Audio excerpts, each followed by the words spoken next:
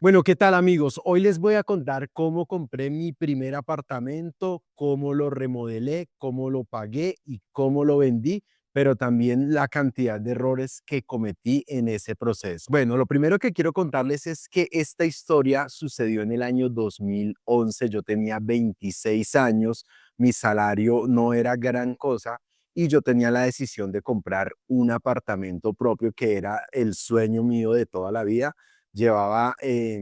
Bueno, tenía 26 años y gran parte de ese tiempo estuvimos pagando arriendo junto con mi mamá, que pues siempre viví con ella. Cuando comenzó esta historia, yo estaba trabajando en Cajicá. Yo trabajaba en un proyecto de vivienda de casas en Cajicá. Y resulta que en ese momento, cuando yo iba a trabajar a Cajicá, había un proyecto de vivienda muy cerca de donde yo trabajaba, ahí cerca a la carrilera del tren, donde hoy en día se construyó una biblioteca Cajicá. Justo al frente de esa biblioteca estaban construyendo unos apartamentos que en el año 2011 los vendían aproximadamente en 50 millones de pesos. Con mi salario, con lo que yo tenía de subsidios y lo que yo tenía de capacidad de endeudamiento, tenía que adquirir un crédito de más o menos 35 millones para comprar esa vivienda de 50 millones, 35, 30 millones más o menos. Y eso realmente era muchísimo dinero para mí. O sea, no sé cómo relacionarlo, pero en ese momento era demasiado dinero, demasiado dinero. La otra alternativa que yo tenía era comprar un apartamento en Bosa Recreo, o sea, en el último rincón de Bogotá, en la zona suroccidental de Bogotá.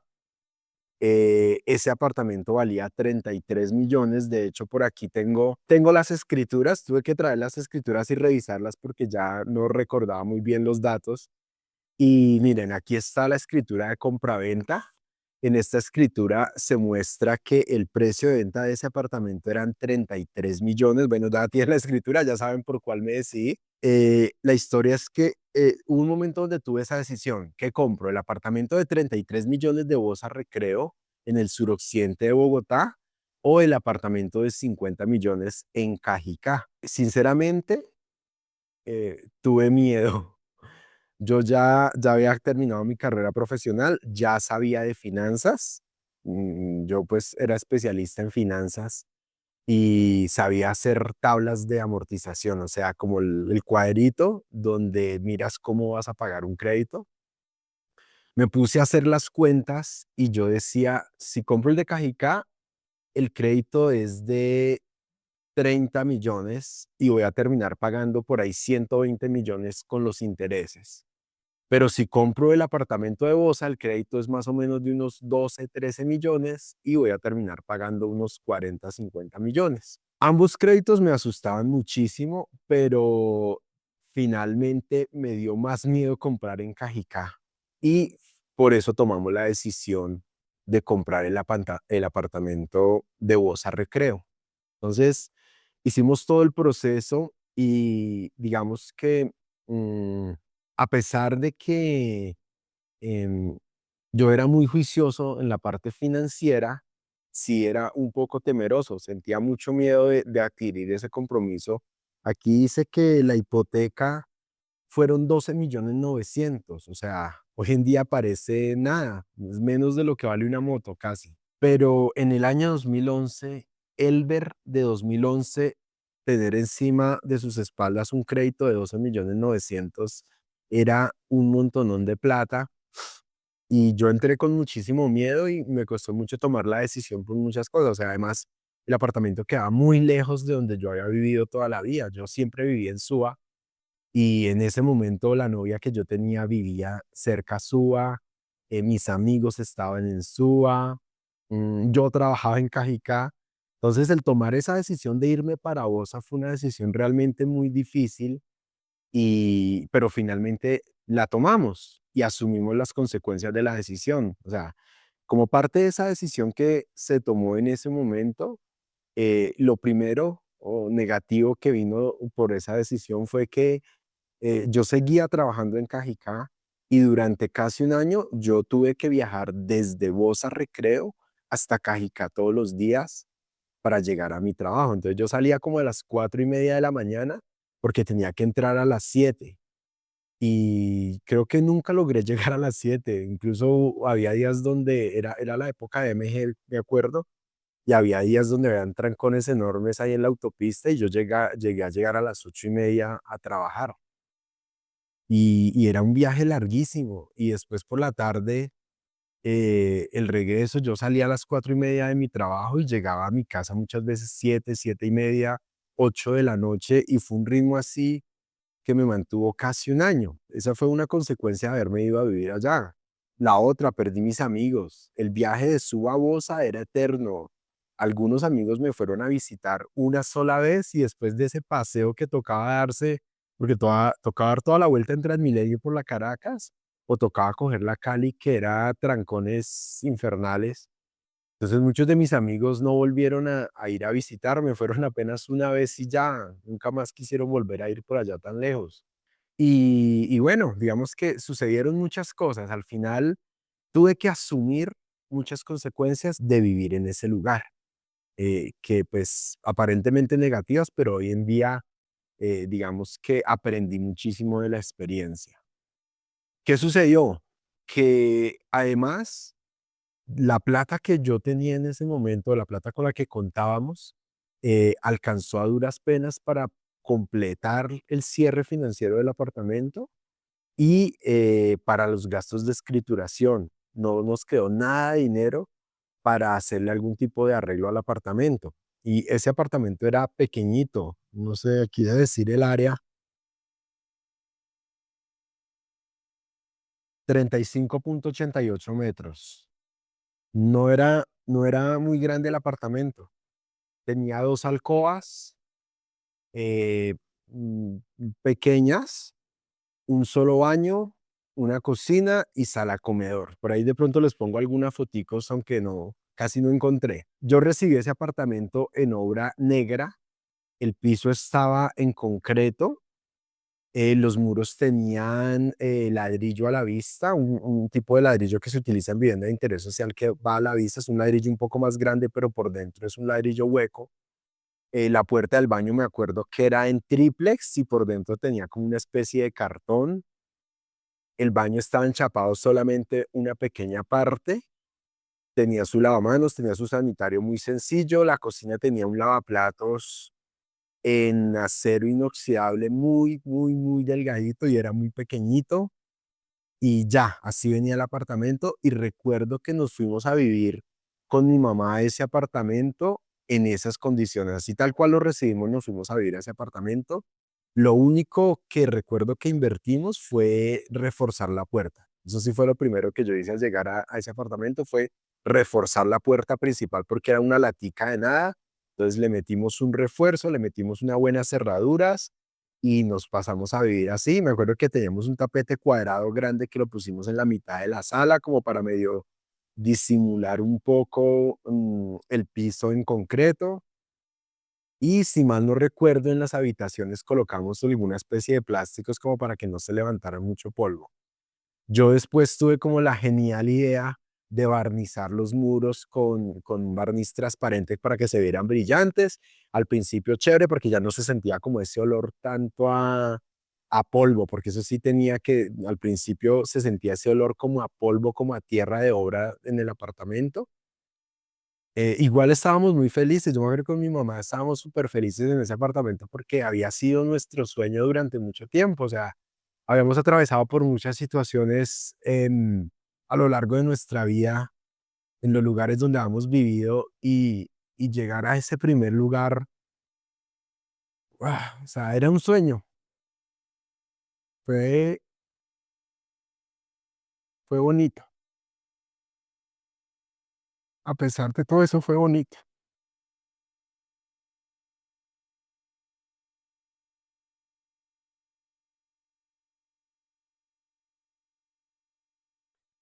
Bueno, em, duramos 2 años así, viviendo así. em, Ya después con el producto de las cesantías de mi empleo, con algunas bonificaciones como de Navidad que nos daban, entonces ya logramos irlo arreglando. Entonces, recuerdo que lo primero que hicimos fue como arreglar la cocina. Yo me compré un mueble de esos de desarmar de Home Center, enchapé el baño, perdón, enchapé la cocina, después creo que arreglamos el baño y después de últimas, las habitaciones, eso fue un poco también, un poco fake, porque, porque como había barnizado los muros, pues el pañete no pegaba, entonces bueno, eso hubo que hacer ahí un sobrecosto también como para poder alistar esas paredes para que el pañete y el estuco quedaran bien pegados.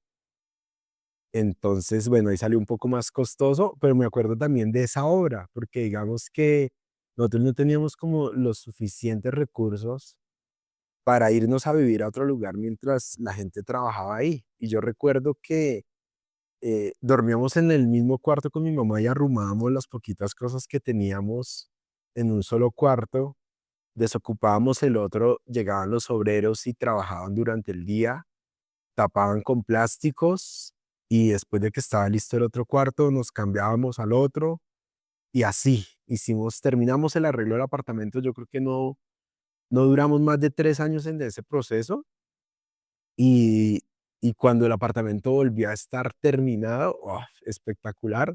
De eso sí tengo más fotos, también se las voy a mostrar aquí. Yo creo que pueden ver todo, o sea, recuerdo tanto que por decir este closet lo diseñé yo, hice el dibujito, iba y tomaba las medidas, hacía el despiece, fui, mandé cortar las tablas, me conseguí un carpintero que me lo armó. Me acuerdo que hice incluso como en los cajones, hice así como unos cuadrículas para colocar ahí en los cuadraditos los cinturones, las medias. Yo me acuerdo que lo hice todo como a mi gusto. Fue chévere esa experiencia de ir decorando ese apartamento y arreglándolo poco a poco a mi gusto. Y como a los 3 años también fue emocionante el día que entramos nuevamente a ese apartamento y estaba terminado. Y recuerdo que después de que lo terminamos, compramos sala, porque esa era la otra, no teníamos una sala, sino que el comedor lo poníamos en toda la mitad de la sala comedor y era tan pequeñita la sala comedor que el comedor abarcaba la sala y ya. Después creo que tuvimos sofá por primera vez en la vida. Bueno, ahí hicimos como varias cosas, pero bueno, fue como un segundo estrene de ese apartamento. Ya después, como en el año 2016 cuando yo me caso, y cuando me caso, ya, bueno, me voy a vivir a otro lugar y en ese apartamento dura viviendo mi mamá un tiempo. Mm, pero más o menos en el 2000, aquí tengo, también tengo la escritura, también traje pruebas.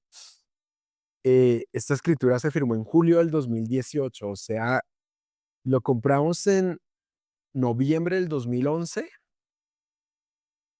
y para julio del 2018 esta es la escritura del levantamiento de hipoteca.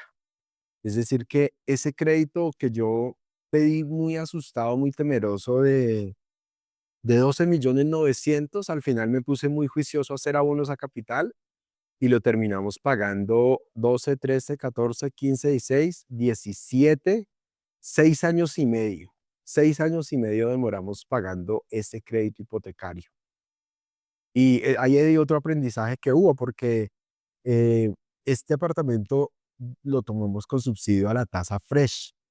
Entonces, el asesor del banco decía, o todo el mundo decía por ahí, no, lo que pasa es que ustedes no pueden hacer abono a capital porque si no van a perder el beneficio Fresh. Entonces, al principio yo pagaba la cuota y ya, pero como yo era financiero, yo sabía que si me demoraba un tiempo pagando ese crédito, pues los 12.900.000 se convertían en 50. Pero yo dije, ¿qué pasa si yo hago un pequeño abono? ¿Será que al mes siguiente ya no me dan el subsidio? Entonces yo al principio, por poner un ejemplo, o recuerdo, creo que la cuota era como 180.000 pesos, tal vez la cuota mensual en ese momento. Y yo al principio decía, me metí al sistema y yo decía, digite el valor a pagar y yo ponía 200.000 pesos. pagaba 20.000 pesos de más. Y el mes siguiente, cuando me llegaba el extracto, entonces yo llegaba y miraba el extracto y miraba mis cuentas. Yo tenía mi cuadro de control de pago del crédito y yo miraba si el banco aplicó correctamente esos 20.000 pesos de más que yo les di, y el banco siempre los aplicó correctamente. Pero yo también me fijaba cómo afectaba en el subsidio. Entonces yo decía, el subsidio no lo estoy perdiendo. Y yo entendí ese día que si yo debo un monto de dinero, pues los intereses me los cobran sobre el monto total que yo debo, sobre el capital total. Entonces, si yo tengo que pagar, por decir, 200.000 pesos en intereses y el Tasafresh me ayuda con 70.000 pesos, yo pongo 130.000. Pero si debo menos capital, yo me fui dando cuenta que en la medida que el capital disminuía, o sea, el saldo de la deuda era más pequeña, pues por poner un ejemplo, si antes los intereses eran 200.000 pesos, ahora los intereses son 100.000. Entonces el gobierno me paga una parte y yo pago otra parte, pero al final entre ambos estamos pagando menos intereses. Entonces, claro, cuando yo me di cuenta que ese subsidio permanecía a pesar de que yo hiciera abonos a capital, pues yo me puse muy juicioso a hacer abonos a capital después de que terminé de remodelar el apartamento, y por eso terminé de pagar el crédito en este tiempo. Es más, yo creo que lo terminé antes, y esto pues, fue lo que se demoró el trámite de levantar la hipoteca. Pues yo creo que ese crédito se pagó en unos 6 años más o menos. Entonces, bueno, después mi mamá se fue ahí, ella vivió un tiempo conmigo, con nosotros, con mi esposa, y ese apartamento ya estaba libre de deuda, y recuerdo que lo comencé a arrendar. Es más, de hecho lo arrendé a través de un programa de subsidio de arrendamiento. Entonces a mí, quien me pagaba el arriendo no era el inquilino, sino era la entidad que otorgaba el subsidio, en un programa que se llamaba Semillero de Propietarios en esa época. Entonces, ese apartamento, yo recuerdo que recibía por ahí 600.000 o 700.000 pesos de arriendo mensual, y yo ya no tenía crédito hipotecario. Con esa plata que yo recibía, pues me ayudaba muchísimo en mis finanzas personales. Entonces, ese apartamento ya a los 6 años ya estaba completamente remodelado y ya me estaba generando ingresos a mí, y de todas maneras ahí tenía un capital. O sea, el apartamento en sí mismo ya, lo que valía ese apartamento era un capital que ya había construido para mí. ¿Qué pasó con ese apartamento? El año pasado, ahorita estamos en el 25, perdón, ya 2 años, en el 2023, en el año 2023, tomamos la decisión como familia de vender ese inmueble para invertir en otro inmueble. Entonces, bueno, ahí hay otra historia. Digamos que este apartamento donde estoy grabando hoy, donde hoy vivo, ese apartamento lo quisimos comprar, y la cuota inicial de este apartamento salió gracias a ese apartamento de Bosa Recreo. Este apartamento es el doble del área de ese otro apartamento. Está ubicado en un sector, pues digamos que en un sector diferente. Digamos que, por decirlo de alguna manera, mis condiciones de vida o mi calidad de vida pudo cambiar, pero yo utilicé ese apartamento de Bosa Recreo como un escalón para llegar a este donde estoy hoy en día. Y digamos que también parte de hacer este podcast es motivar a las personas que aún están pagando arriendo y que les da miedo de pronto meterse en un crédito hipotecario y que no lo puedan pagar. Digamos que con mi caso personal y con mi historia, a mí me dio mucho miedo, y hoy en día yo, entre que me arrepiento y no me arrepiento de las decisiones que tomé. O mejor lo voy a explicar así, ¿por qué me arrepiento? Entonces, recuerdan que yo tenía la opción de separar un apartamento en Cajicá en ese momento, pero que no lo hice porque el crédito era 3 veces mayor que el crédito del apartamento de Bosa. Yo no compré ese apartamento nunca de 50 millones porque hace 14 años 50 millones para mí eran muchísima plata. Era como si yo y a usted les dijera, tiene que pagar un apartamento de 400 o de 500 millones. lo ve uno inalcanzable, ¿sí? Pero hoy, años después, cuando ya la historia ha transcurrido, ya sobrevivimos al COVID, sobrevivimos a la bueno, a un montón de cosas, y yo miro hacia atrás y digo, "Ah, un crédito de 30 millones, así me hubiera tocado pagarlo 5 veces, 6 veces, hoy tendría tal vez un apartamento en Cajicá muy bien rodeado, porque alrededor de ese apartamento hay casas estrato 6, hay biblioteca, hay estación del tren, hay, mejor dicho, todo lo mejor. Y ese apartamento de 50 millones hoy en día debe estar costando por lo menos unos 300 millones. Es más, voy a buscar y les voy a dejar aquí en el video cuánto está valiendo un apartamento en ese conjunto que yo quería hoy en día. Eh, y también, o sea, con el paso del tiempo, cuando yo les digo a ustedes, mi crédito hipotecario, mi primer crédito hipotecario fueron 12.900.000. Mire, es que no les miento, aquí está. No sé si alcanza a verse. Ahí dice 12.900.000. Ese era el valor del crédito hipotecario, que para mí era muchísima plata en ese momento, pero con el transcurrir del tiempo, mi salario subió, mis condiciones laborales mejoraron, gracias a las cosas que estudié, pues pude recibir mejores ingresos, y no es que yo haya ganado en algún momento de mi vida salarios súper estrambóticos, o sea, mi mejor salario profesional no superó nunca los 4 salarios mínimos, nunca, yo nunca me gané más de 4 salarios mínimos. Y ese crédito se ve pequeñito en el futuro, ¿sí? Entonces yo hoy digo, si hubiera separado el apartamento de Cajicá, pues hoy tendría un apartamento muy chévere, tal vez no lo hubiera vendido y estaría viviendo allá hoy en día. Ahí es donde me arrepiento al comparar eso y decir, ah, por miedo no conseguí un mejor inmueble y tuve que pasar y soportar esas incomodidades por las que pasé en algún momento. Ahí es donde me arrepiento, digámoslo así. Pero no me arrepiento en que si yo no hubiera comenzado un día, no hubiera dado un salto para llegar al lugar donde estoy hoy. Y no solamente me refiero al apartamento, porque este apartamento, digamos que se convirtió como en el tercer inmueble que logré. Y yo me iba apalancando del uno con el otro, y gracias a mi experiencia, como que me tomé un poco más de confianza para invertir en inmuebles y para entender cómo funciona el sistema, pero también para cómo ganarle al sistema y no convertirme simplemente en un esclavo de los intereses. Y las razones por las que nunca me arrepentiré de esas decisiones fue porque esos momentos difíciles, de todas maneras, me enseñaron muchas cosas. O sea, al final yo entendí eh, qué personas estaban cerca de mí.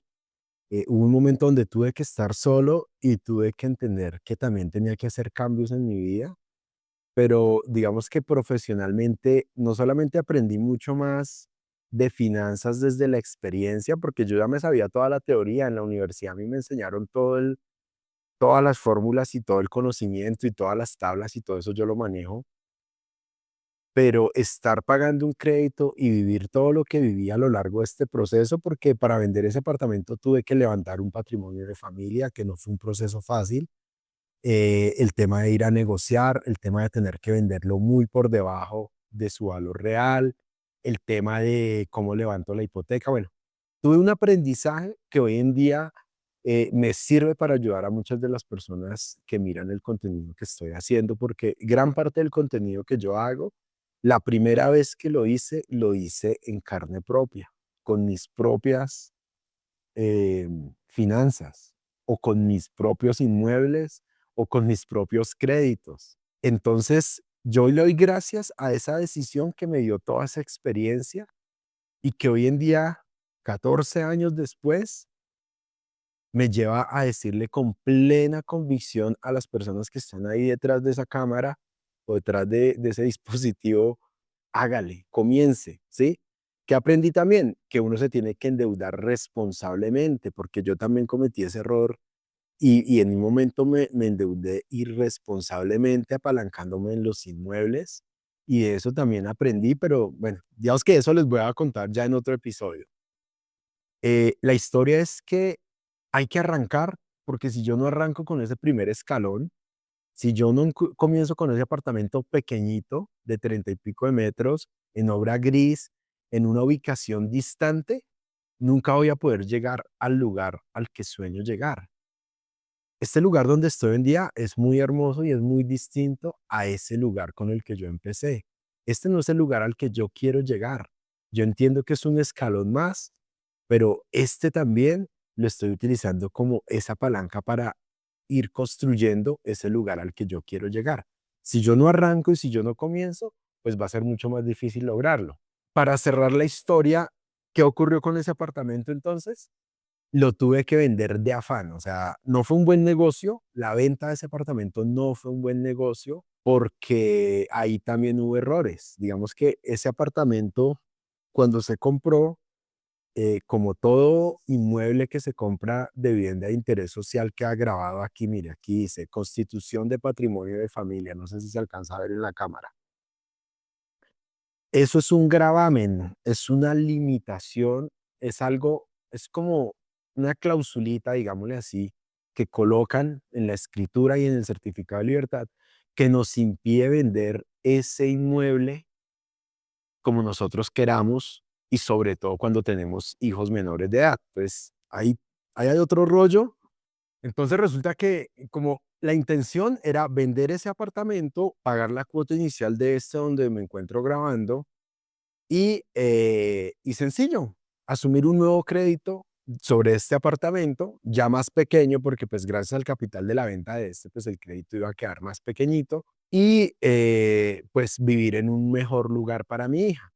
Entonces, el problema fue que el defensor de familia nunca autorizó levantar ese patrimonio de familia. Había que levantar el patrimonio de familia. Yo no sabía que eso tocaba hacerlo. Bueno, aprendimos qué debíamos hacer, lo sacamos al otro lado y gracias a este apartamento, pues tenemos donde estamos actualmente. Pero este apartamento que se compró en 33 millones, se vendió en 87 millones.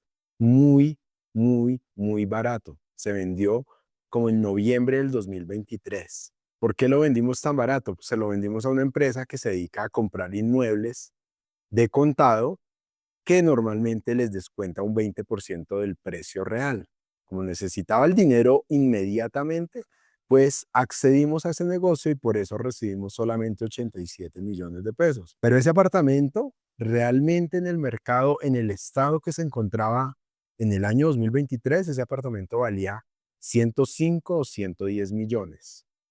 Esta empresa que lo compró, lo cogió, le echó pintura, le cambió, le puso ahí unos guardaescobas diferentes, la cocina la dejó tal cual yo la había dejado, el baño lo dejó tal cual porque yo también lo había remodelado bien. Y ese apartamento, esa empresa lo vendió en 120 millones. ¿Y por qué les cuento estas cifras? Porque lo que quiero hacerles ver a ustedes es que un apartamento que se compró en 33 millones en Bosa Recreo, un lugar muy lejano de Bogotá, uno de los lugares extremos de Bogotá, se vendió 13 años después en 120 millones. Alguien pagó por el mismo apartamento 120 millones. 3, 6, 9, 12. Es decir, que esa inversión que yo hice se multiplicó por 4 en apenas 13 años. Sí, yo lo vendí barato porque tenía el afán, porque como les he dicho en este episodio, he cometido muchos errores y he cometido muchas equivocaciones, ¿sí? Pero a pesar de que yo lo vendí mal, miren que lo compré en 33, lo vendí en 87, casi el triple de lo que lo había comprado. Y eso sin tener en cuenta que ese apartamento me generó un arriendo mensual desde el 2017, 2018 más o menos, hasta el 2023, o sea, como 5 años recibiendo arriendo de ese apartamento. Entonces al final el negocio fue muy bueno, porque yo de recursos propios, ese crédito de 12 millones 900, yo no pagué más de 28 millones de pesos al banco, porque lo pagué muy rápido y porque más encima tenía subsidio de esa fresh. Entonces la plata que puse de mi bolsillo para ese apartamento, yo creo que no fueron más de 30 millones de pesos, contando el crédito, la escritura y todo. Pues para mí eso fue una muy buena inversión y fue el capital que me formó la base de lo que hoy en día estoy construyendo. ¿Eso qué quiere decir? Que si hoy en día, por ejemplo, estás viendo un inmueble y se te hace que es muy costoso, se te hace que el crédito es demasiado alto y que vas a terminar de pagar muchísimos intereses. Con esta historia que acabo de compartir, lo que entendí es que con el paso del tiempo, esos intereses y esos valores se vuelven irrelevantes. Que además debes recordar que si tú estás creciendo laboralmente, estás ganando experiencia, te estás formando constantemente, pues tus ingresos siempre tienden a mejorar. Y cuando uno mira hacia atrás, dice, ay, qué fácil era pagar una cuota de 200.000 pesos. ¿Sí? Yo al final del crédito ya no pagaba 200.000, yo pagaba 800, 1.000.000 de pesos mensuales en el 2017 y por eso fue que pagué lo que me faltaba muy rápido. Pero yo quiero llevarlos a pensar, si yo no hubiera tomado esa decisión de comprar un apartamento en el último rincón de Bogotá, de irme a vivir en obra negra, de asumir un crédito hipotecario, de pegarme ese paseo de 4 horas todos los días para mi trabajo y me hubiera quedado pagando arriendo, hoy 15 años después, seguramente seguiría pagando arriendo. Entonces, este camino que yo recorrí fue un camino de aprendizaje. Generación de propietarios nace de eso. Y este es el primer episodio de muchos en los que voy a compartir no solamente historias como esta, sino también voy a compartir historias de personas que han logrado comprar la vivienda de sus sueños y el proceso que hay detrás. Porque es muy bonito el día en que te entregan las llaves y todo es felicidad y todo es alegría, pero muchas veces no nos cuentan esa historia que está detrás de cómo logramos hacer realidad ese sueño. Y todas las personas, absolutamente todas las personas pueden lograr ese sueño. Por esa razón es que existe generación de propietarios, porque al final esa experiencia que yo he tenido, que digamos que la experiencia con la vivienda que yo o las viviendas que yo he comprado, más mi bagaje profesional, mi trabajo y mi formación académica, digamos que yo un día hice match con todo eso y dije, ¿sabes qué? Yo creo que no soy la única persona que sueña o que soñó un día con tener vivienda propia. Hay muchas personas que también han tenido y tienen hoy en día ese sueño de vivienda propia, pero lo ven tan lejano y tan imposible. Entonces yo quiero decirles a esas personas que se puede, solamente que hay que saber cómo hacerlo y solamente que hay que hacer algunos sacrificios. Pero un día vas a estar del otro lado y un día vas a estar en tu vivienda diciendo, ah, qué rico, esto es lo que yo soñé un día con lograr. Entonces, nada, les quiero invitar a que sigan todas nuestras redes sociales. Apóyenme bastante en Instagram, se llama Generación de Propietarios. También estamos en TikTok, obviamente en YouTube. Déjenos comentarios y compartan este video con todos sus amigos. Y por supuesto, también estamos en Facebook. Así que espero que les haya gustado este contenido y nos vemos en el próximo episodio.